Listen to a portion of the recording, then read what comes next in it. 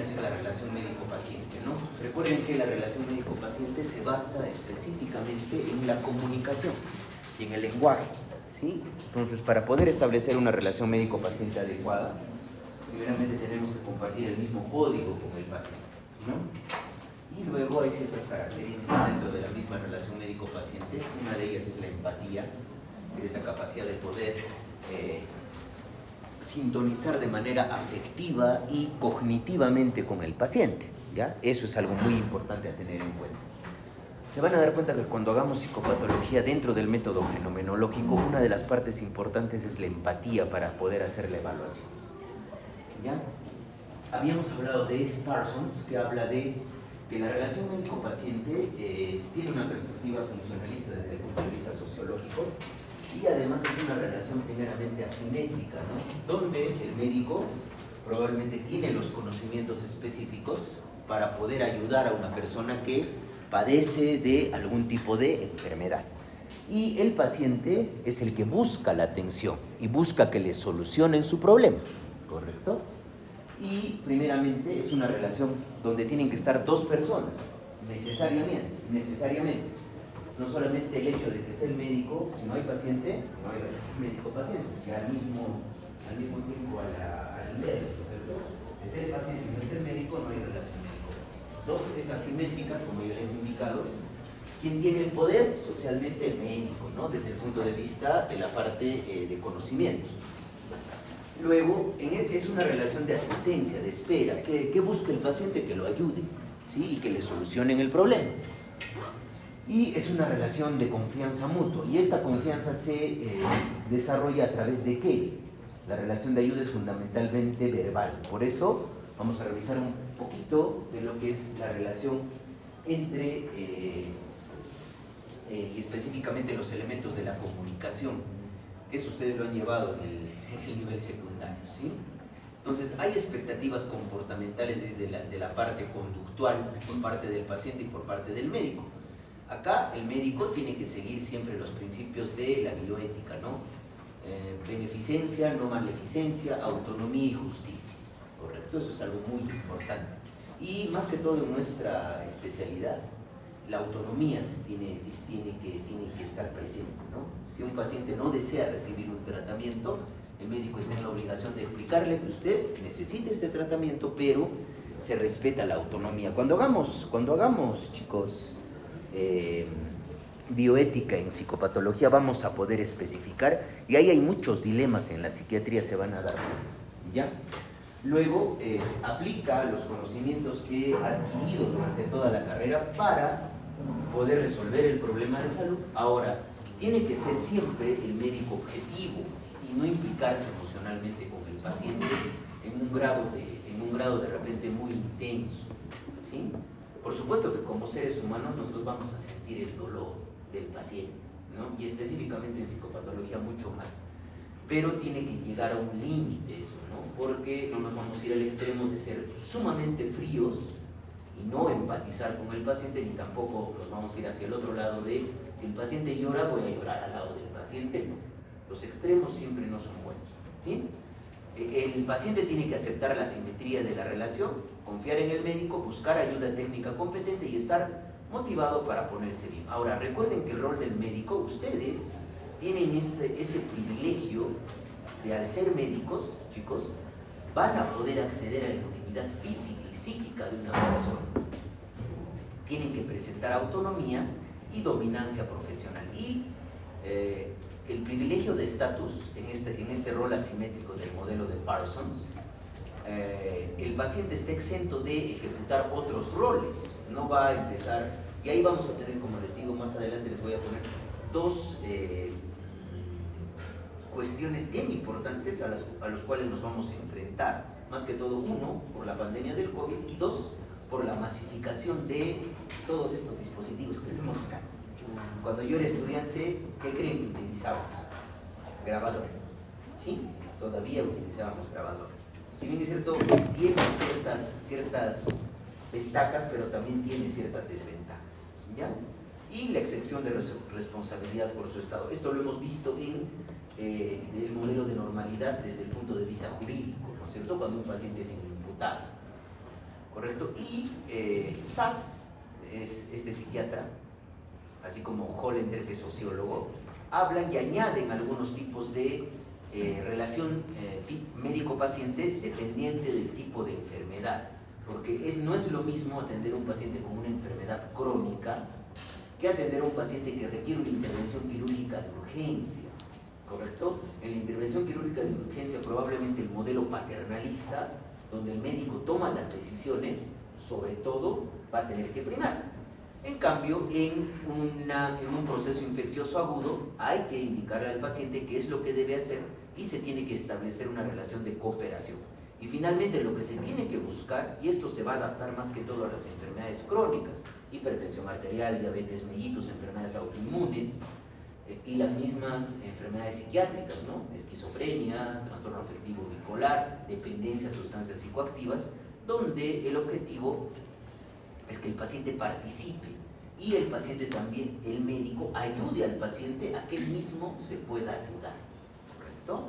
Eso es muy importante respecto de repente a el contexto clínico donde se sucede la relación médico-paciente. Entonces, acá esto es algo muy importante que yo quiero que recuerden y yo les pongo preguntas de esto. Y es fácil recordar, miren, acá tenemos dos ejes y tenemos los diferentes modelos de relación médico-paciente en función del control de la relación médico-paciente. En este lado, en este eje, vamos a ver que hay un alto control por parte del médico y para este lado un bajo control por parte del médico. Para la derecha, un control del paciente alto y para la izquierda un control del paciente bajo. Entonces, normalmente el modelo que ha predominado hasta ahora, ustedes van a poder ver en su práctica clínica cuando roten con diferentes docentes, el modelo que predomina, chicos, es el modelo paternalista, donde el médico tiene el control de la relación médico-paciente. El médico es el que indica, usted me toma tal medicamento y me toma porque yo soy el médico. Eso no es adecuado en el momento, ¿no es cierto? Porque el paciente no tiene ningún tipo de control, simplemente se somete a aparentemente el juicio acertado del médico, ¿correcto? Por otro lado, miren, tenemos el extremo donde vamos que el paciente tiene un control alto de la relación y el médico tiene un control bajo. Y esto se produce específicamente en ámbitos privados, donde se pierde la autonomía del acto médico, ¿no es cierto? Donde al médico primeramente lo obligan a recetar ciertos medicamentos, dos, lo obligan a pedir cierto tipo de exámenes de laboratorio en determinados ámbitos privados, ¿correcto? Entonces, esta relación tampoco es adecuada. O sea, yo no voy a acceder, por ejemplo, de una manera adecuada. Si va a venir el paciente y tiene probablemente, ¿qué podemos decir?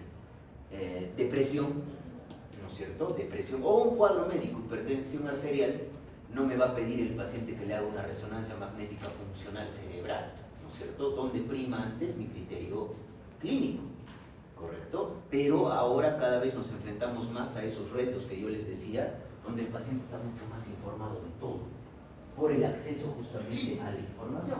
Pero ¿cuál es el objetivo del médico? Aclarar a qué tipo de recursos en línea puede acceder el paciente y si lo que el paciente me está indicando es en realidad un conocimiento coloquial o un conocimiento no basado en la ciencia y que puede, digamos, de repente preguntar, ¿sí? Luego tenemos la relación que se busca en cierta manera y es probablemente la que va a dar mejores resultados, es la mutualista o de cooperación. Entonces, tanto el médico ejerce un alto control, tanto el paciente ejerce un alto control y se toman las decisiones de manera mutua. Yo le ofrezco una serie de tratamientos al paciente poniéndole cuáles son las ventajas y cuáles son las desventajas, ¿sí?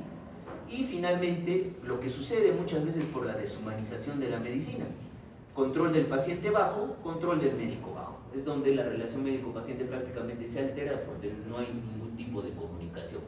Viene el paciente, el médico le pregunta, ¿qué le duele? Ya, le duele esto, muy bien, va a tomar esto y en 7 días regresa a su control. No hubo nada más, hay una ausencia. Porque el paciente no exige nada y el médico tampoco no hace nada. ¿Correcto? Esto es algo muy importante, este es el modelo de Rotter. Entonces, ¿cómo yo evalúo en en el examen.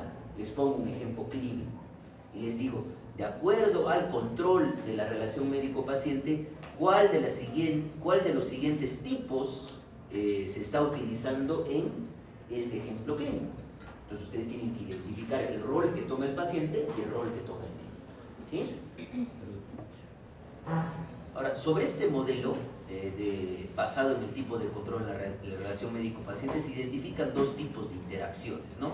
Una relación centrada en el médico, donde el médico plantea preguntas, va a exigir respuestas centradas en el primer problema que el paciente ha mencionado, pero ¿qué pasa, no? El médico ignora los intentos del paciente por discutir otros problemas. Si de repente viene y me dice, ¿sabe qué? Me está doliendo la cabeza y es una evaluación de especialidad, por ejemplo, de un traumatólogo, el traumatólogo, ¿qué le va a decir? ¿Sabe qué, señor? Le voy a hacer una interconsulta en neurología. No le va a preguntar sobre las características, por lo menos, del dolor de su cabeza, ¿no es cierto?, de la cefalea. Y la relación centrada en el paciente, ¿qué es lo que se tiene que buscar? Formula preguntas abiertas que permiten dar mayor información. Y lo que yo les decía, una de las cosas importantes en la relación médico-paciente es adecuar mi nivel de información, más que todo educativa y académica, al paciente. Yo a un paciente no le voy a explicar, ¿sabe que usted, señor, tiene una prueba ANCA positiva, tiene anticuerpos antineutrófilos, cuando el paciente tiene un nivel educativo de primaria incompleta? El paciente no me va a entender nada, va a salir más confundido de la entrevista que por lo que ha venido. Pero en esta relación centrada en el paciente, que emula el modelo de medicina centrada en la persona, ¿correcto? Ahora se busca una medicina centrada en la persona, es decir, cada persona tiene un complejo tanto biológico, psicológico, social y cultural, y el médico tiene que adaptar su intervención hacia eso, ¿correcto? Y acá hablamos hacia un modelo centrado en el paciente. Idealmente tiene que haber en la relación médico-paciente una participación mutua. Y recuerden esto, chicos, ¿no? Nosotros como médicos influimos de manera social en el paciente, ya que nosotros utilizamos una estrategia y también una manera de comunicar información. Para eso tenemos que tratar de evitar utilizar tecnicismos de acuerdo al nivel educativo del paciente al cual estamos evaluando. Entonces, el estilo de comunicación centrado en el paciente involucra al paciente en la toma de decisiones respecto a su tratamiento. Permite que el paciente exprese sentimientos de una manera adecuada, utiliza por parte del médico un tono de voz cálido, siempre manteniendo el contacto visual con el paciente. Yo no voy a estar evaluando a un paciente y voy a agarrar mi celular y voy a estar mirando cosas. Y sí, señor, ya, correcto. No es una manera adecuada, ¿no? Le pregunta al paciente sobre sus opiniones y sus sentimientos. Luego, es fácil entender a ese médico, escucha al paciente, es empático con el paciente y comprueba, esto es algo muy importante. Al final de la entrevista, chicos, nosotros tenemos que comprobar que lo que nosotros le hemos explicado al paciente, el paciente lo haya entendido, ¿correcto? Ese es el modelo centrado en el paciente. Y el modelo mutualista, como les he dicho, es el modelo que se propugna ahora, ¿no es cierto? Y lamentablemente el modelo paternalista es una herencia de la escuela médica antigua, pero ustedes se han dado cuenta que esto ha cambiado completamente. Y el modelo mutualista sitúa al paciente en el centro del encuentro clínico y, por lo tanto, el objetivo es ubicar al paciente dentro de la comunicación asistencial. Recuerden que siempre en los elementos de la comunicación humana hay un emisor que probablemente, ¿quién va a ser el emisor? El médico inicialmente, pero va a haber un intercambio de roles al momento de realizar la comunicación, porque por momentos el emisor se va a transformar también en el paciente. Ahora, el emisor como médico va a dar un mensaje, ¿qué está diciendo? ¿Sí? ¿Y qué canal estoy utilizando? ¿No es cierto? Normalmente el canal es el canal a nivel del lenguaje, ¿no es cierto? El receptor normalmente es el paciente. ¿Y cuál es el objetivo al final de la comunicación? ¿Cuál es el objetivo a nivel de la comunicación?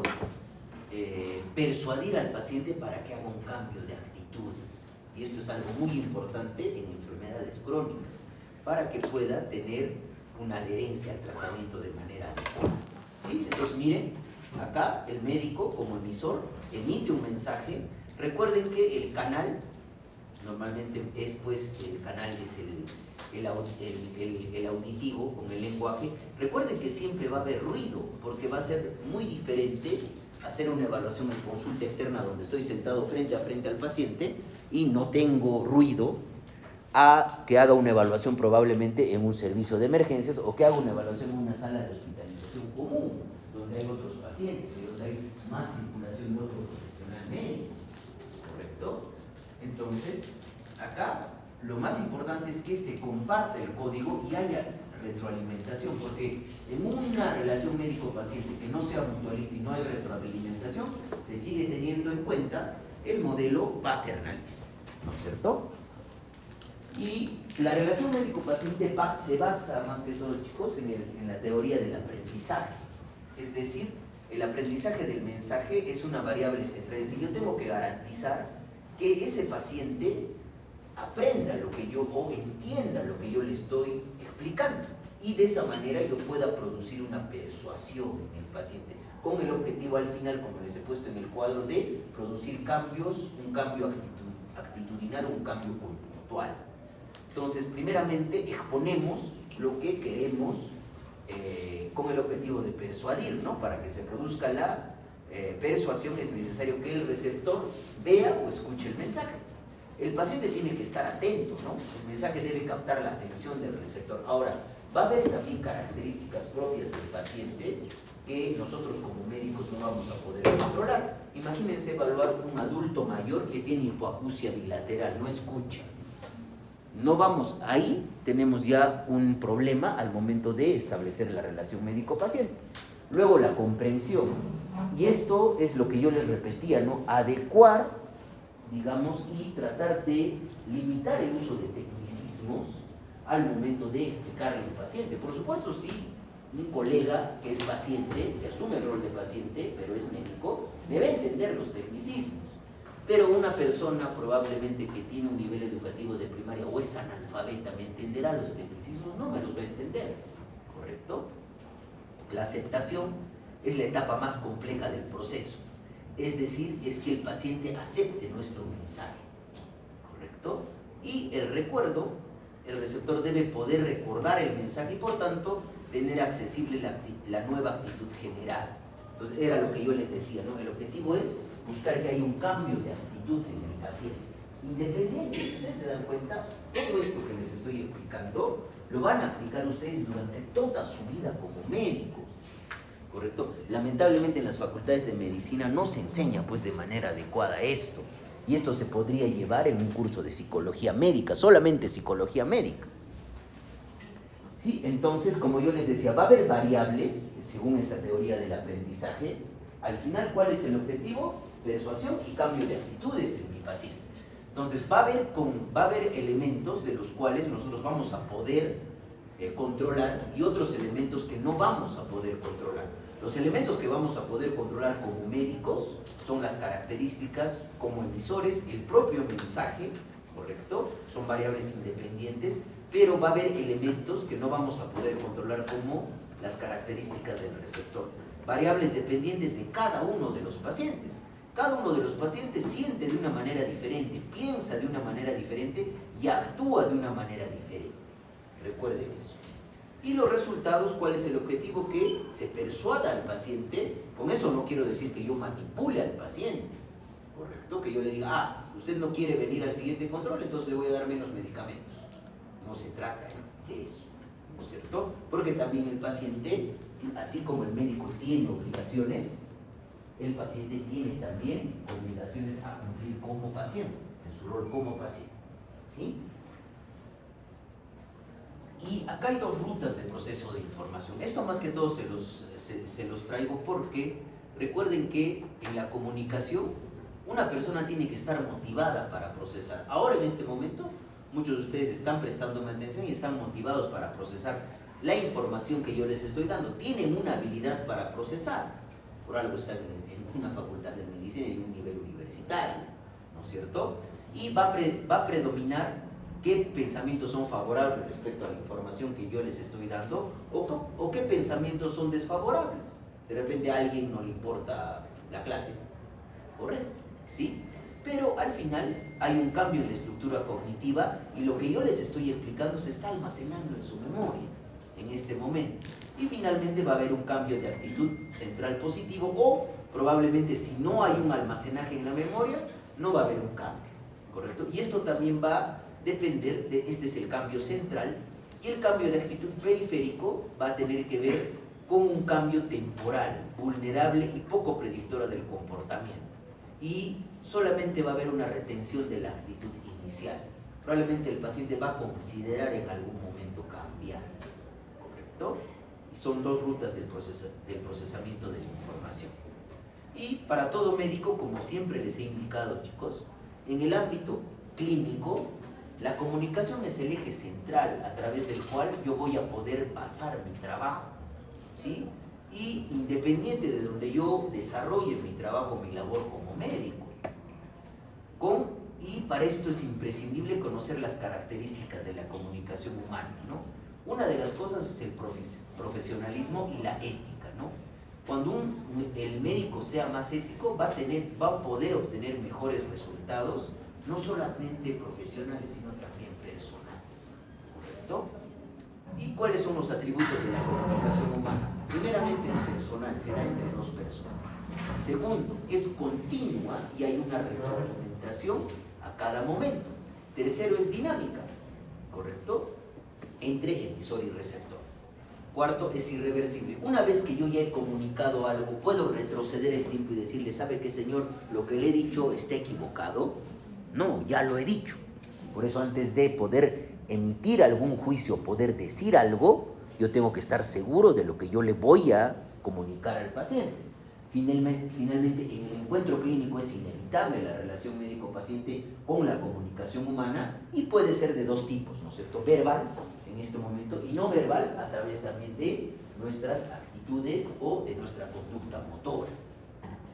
Es imprescindible que emisor médico y receptor paciente estén presentes y manejan o entiendan el mismo código. Es decir, probablemente manejemos el mismo idioma, ¿no? Porque si yo no conozco francés y atiendo a un paciente que solamente habla francés, no se va a poder dar la relación médico-paciente por probablemente elementos que yo no puedo controlar, que son propios de quién, del receptor, ¿no es cierto? Y nos comunicamos al final para influir y afectar intencionalmente con el objetivo de buscar un cambio de conducta.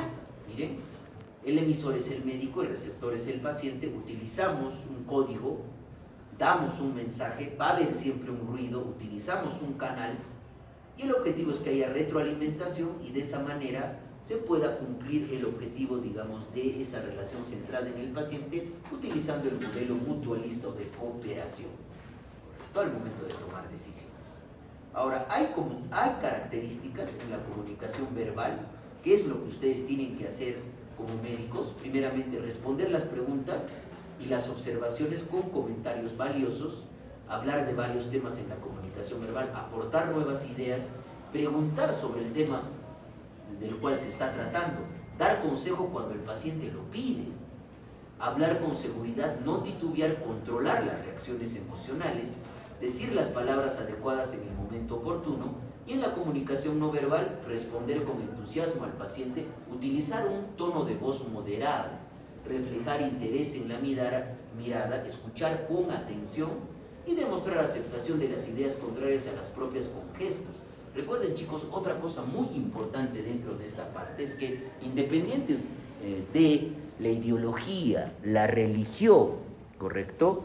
O probablemente la simpatía política de ustedes, nunca se puede mezclar, y eso sí es algo primordial, nunca se puede mezclar, y esto les voy a preguntar, ya me doy una idea, esto les voy a preguntar, nunca yo puedo decirle a un paciente, convencerlo de que adopte la religión que yo tengo, o meter temas, digamos, religiosos en la parte de la relación médico-paciente.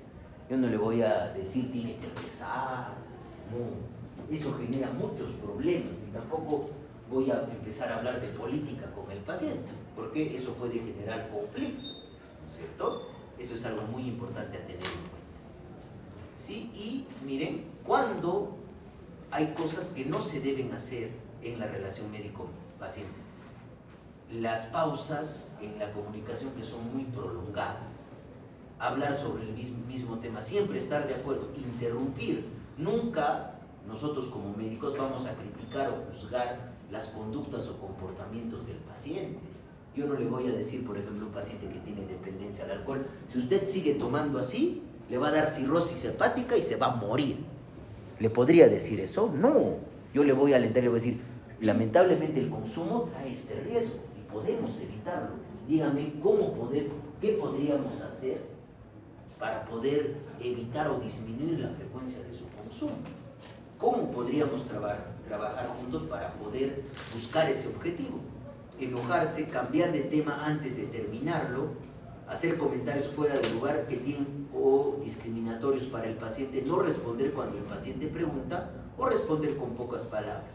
Y en la comunicación no verbal, que también es muy importante, manifestar aburrimiento, distraerse cuando habla el paciente, gritar o hablar con voz muy fuerte, hablar con voz muy baja, reírme constantemente y responder con poco entusiasmo. Yo les traigo una experiencia personal de un paciente. Estaba con mis alumnos de psiquiatría de psicopatología el año pasado. Era un paciente que consumía cannabis y estaba con una alteración del juicio de realidad, estaba psicótico y decía que buscaba cannabis en los parques y era algo bien gracioso, ¿no? Y es importante porque esto enriquece la parte de su formación.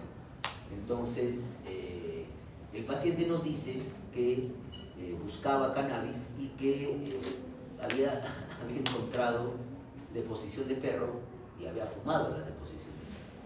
Entonces en ese momento mis alumnas, lo bueno es que estaban con mascarillas. Yo en un momento también me dio un poco de risa, pero yo no me voy a reír frente al paciente. Más bien yo le tengo que explicar que es peligroso que haga eso, ¿correcto? Entonces son cosas que suceden en la misma relación médico-paciente. ¿Sí? Vamos a ir con un ejemplo 2, miren. Durante los últimos 4 meses, un estudiante de 16 años de edad, adolescente, se ha quejado de fatiga, náuseas, mareos, que han ocasionado que falte muchos días a la escuela. Sus padres lo llevan al médico para una evaluación. La exploración física y los estudios de laboratorio son normales. ¿Cuál de los siguientes sería el paso más apropiado a tomar por su médico para el tratamiento del paciente, teniendo en cuenta que es un adolescente? ¿Correcto? Está viendo síntomas generales, fatiga, náuseas, mareos, ¿no es cierto? Y eso está impactando funcionalmente, no está yendo al colegio. Solicitar un estudio toxicológico para descartar abuso de sustancias, pedir a los progenitores que lo vigilen estrechamente durante las próximas semanas, recomendar que el paciente cambie de escuela lo antes posible, hablar con el paciente en privado y decirle, por favor, dígame qué cree que está pasando. ¿Cuál creen que sería la respuesta? A ver, ¿quiénes dicen la A? ¿La B? Tampoco. ¿La C? ¿Sí? ¿La C? No. ¿La D? La D.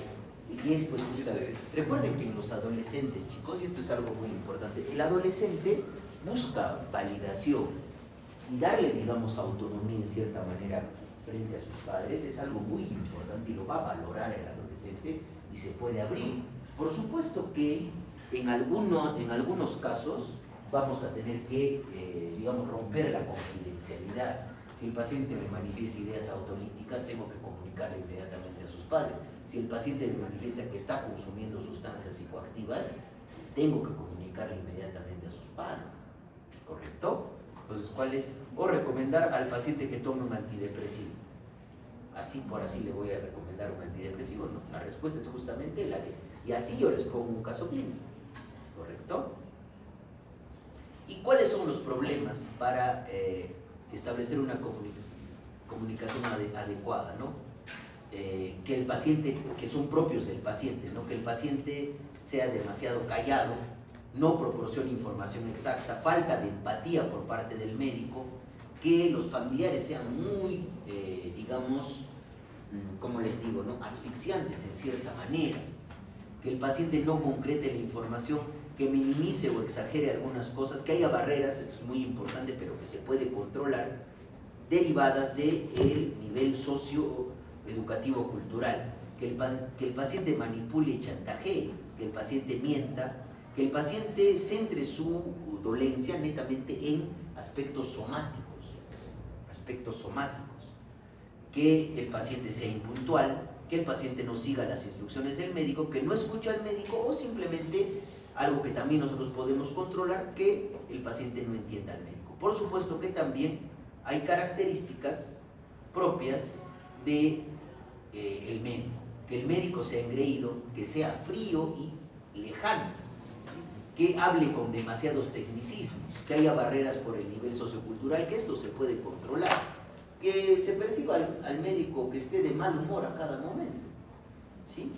Que no parezca escuchar, que no preste una atención adecuada, que trate al paciente como si fuera un tonto, ¿no? Siguiendo el modelo paternalista, o que también la parte, digamos, del aspecto físico, que el médico esté desarreglado, no tenga una higiene adecuada, que el paciente también note que primero el paciente se comunica con sus familiares y hace de lado al paciente, que sea impuntual, que no existe empatía, que no conteste llamadas, y que el médico no sabe ni siquiera quién soy y se confundió de paciente.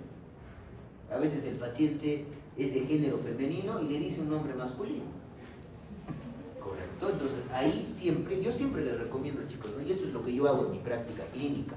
Nosotros, como en psiquiatría nos demoramos aproximadamente unos 30 minutos, 35 minutos con un paciente, como estamos centrados, muchas veces, y me ha pasado, es una experiencia propia, me quedo con el anterior paciente y le puedo decir el nombre del anterior paciente al nuevo paciente.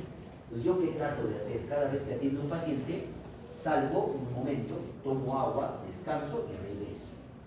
Entonces, hay que tomar, digamos, una pausa entre paciente y paciente. Eso es algo muy importante.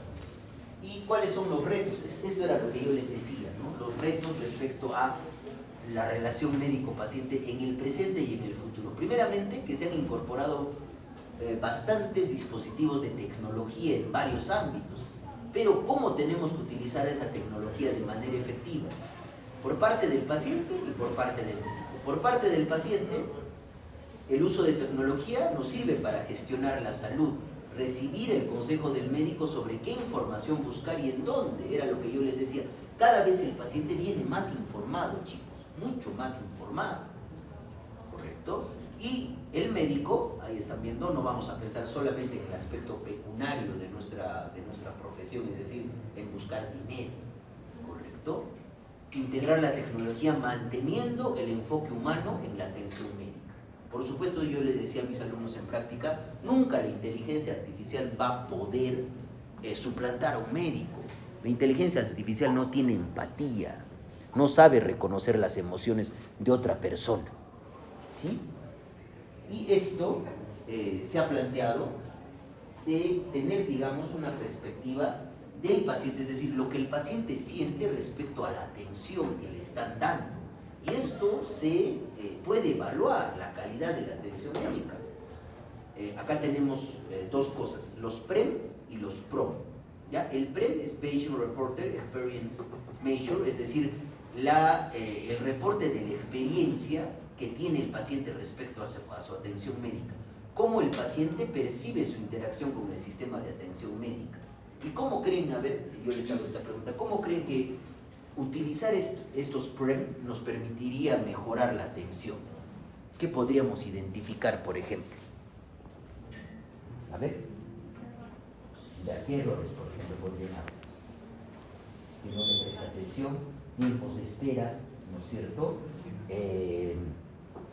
Falta de calidez en la atención. Se puede, y hay herramientas, chicos, ¿no? Esto yo les digo porque esto ustedes pueden utilizarlo cuando antes de graduarse pueden utilizar uno de estos instrumentos para valorar la calidad de atención en diferentes servicios y comparar, ¿correcto? Y los PROM, que vienen a ser Patient Report Outcome Measure, ¿no? Es decir, los resultados. Y esto más que todo va a depender de la toma de decisiones colaborativas, es decir, si al paciente la atención le ha solucionado el problema. si ese médico le ha explicado los efectos adversos. Les traigo un ejemplo, ¿no? Hace poco, el día domingo yo he hecho guardia en el hospital, estaba con mi residente y le habían indicado a un ancianito, un adulto mayor, con aparentemente hiperplasia benigna de próstata y un medicamento que tiene efectos anticolinérgicos, es decir, genera retención urinaria, visión borrosa, hipotensión ortostática y cierta sensación de ennublecimiento mental. Entonces, el paciente viene porque tiene retención urinaria de 2 días después de haber tomado el medicamento. Nosotros, ¿qué tenemos que hacer, no? La retención urinaria lo tiene que ver quién, el urólogo, pero yo le tengo que explicar que esos efectos son los efectos del medicamento. Entonces yo le prescribo no un medicamento anticolinérgico, sino un procolinérgico, más que todo tamsulosina le dimos y lo bajamos para que lo vea cirugía, urología y valore, porque al momento de hacer el examen físico sí había globo vesical y retención. Entonces ese paciente tiene riesgo de ¿qué? De hacer incluso una insuficiencia renal aguda de tipo obstructivo. ¿Se dan cuenta lo que puede hacer por simplemente no explicarle al paciente que podría pasar eso? ¿Sí? Y esta es la declaración de Córdoba de la Asociación Médica Mundial sobre la relación médico-paciente. Entonces, ¿qué indica salud?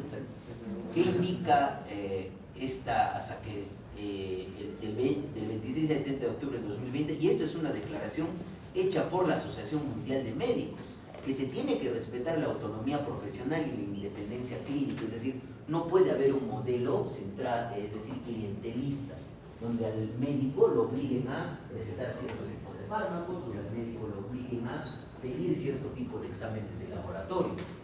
Hay que hacer un fortalecimiento intersectorial de la relación médico-paciente, y esto no solamente tiene que depender única y exclusivamente del gobierno central con el ente rector que es el Ministerio de Salud, sino también de las facultades de medicina, donde se tiene que buscar una medicina humanizada y centrada en el paciente. Luego, recuerden esto, y esto se los he repetido durante toda la clase, la relación médico-paciente es el núcleo fundamental de la atención médica. Se opone esta declaración de Córdoba a que se interfiera en la práctica médica y se interfiere en la relación médico-paciente. Y la relación médico-paciente tiene que basarse en la independencia profesional y moral con compasión y respeto hacia nuestros pacientes y mitigar los factores que deterioren la relación médico-paciente. Por ejemplo, agendar más de 30 pacientes a un médico. ¿Es posible hacer eso, chicos? ¿Atender 30 pacientes en un turno de 6 horas? ¿Es posible hacer eso? Es imposible. Imposible. ¿Y cuáles son los consejos para establecer una relación médico-paciente adecuada? Primeramente, empatía. Esa capacidad que cada ser humano tiene de experiencia interna y de poder ponerme en los zapatos afectivos, cognitivos y conductuales del paciente. Esto yo les decía a mis alumnos en la parte práctica. ¿Cómo yo voy a identificar a un paciente con ánimo deprimido si yo nunca me he sentido triste? ¿Correcto? Y se siente la resonancia afectiva de un paciente deprimido. 2, congruencia. Ser completamente genuino, coherente y honesto entre lo que se dice y lo que se hace. Era lo que yo les decía. Yo les puedo decir, ¿saben qué, chicos? No consuman alcohol, no hagan eso. Y un día de esos van por la calle San Francisco y me encuentran tirado, no sería congruente, ¿cierto? Respeto, aceptación positiva e incondicional del paciente. Eso es algo muy importante. A pesar de que el paciente tenga conductas inapropiadas, tenga probablemente decisiones inapropiadas, yo no voy a criticar o juzgar esas conductas. ¿Sí? Y saber escuchar, esto es algo muy importante, centrarnos en el paciente y darle un tiempo al momento del inicio de la entrevista para que el paciente empiece a explicar lo que él está sintiendo. La comunicación positiva no violenta, siempre tiene que haber una comunicación libre de violencia verbal, a fin de evitar que el paciente se sienta culpable o avergonzado por alguna conducta con miedo o resentido. Y la imagen, la percepción que tenga el paciente y sus familiares del médico, fondo y forma son importantes. Por supuesto, con eso yo no les voy a decir pues que cada vez que vayan a atender a un paciente se ponga una corbata, ¿no? El varón o una médica que esté, digamos, con un traje formal siempre, no es así. Eso ha cambiado mucho, ¿correcto? Y el autoconocimiento, esto es algo muy importante. Cada uno de nosotros tenemos que saber cuáles son nuestros deseos, cuáles son nuestros impulsos, nuestros sueños, qué me apasiona, qué miedo tengo, cómo manejo mis emociones, cuáles son los sentimientos que experimento cuando veo un paciente, por ejemplo, descuidado, desarreglado, con mal olor.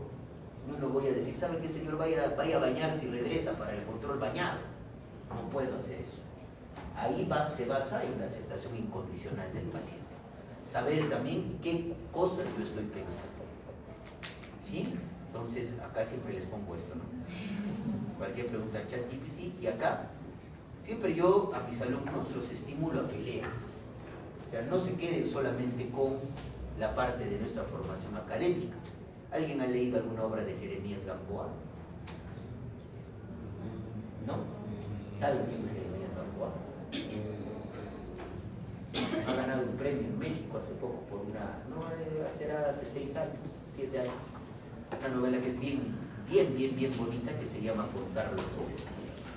¿Correcto? Y acá él tiene una frase: hay un día que lo cambia todo en nuestras vidas, aquel en que la literatura irrumpe en ellas y nos secuestra para siempre. Con eso, chicos, hemos terminado nuestra clase.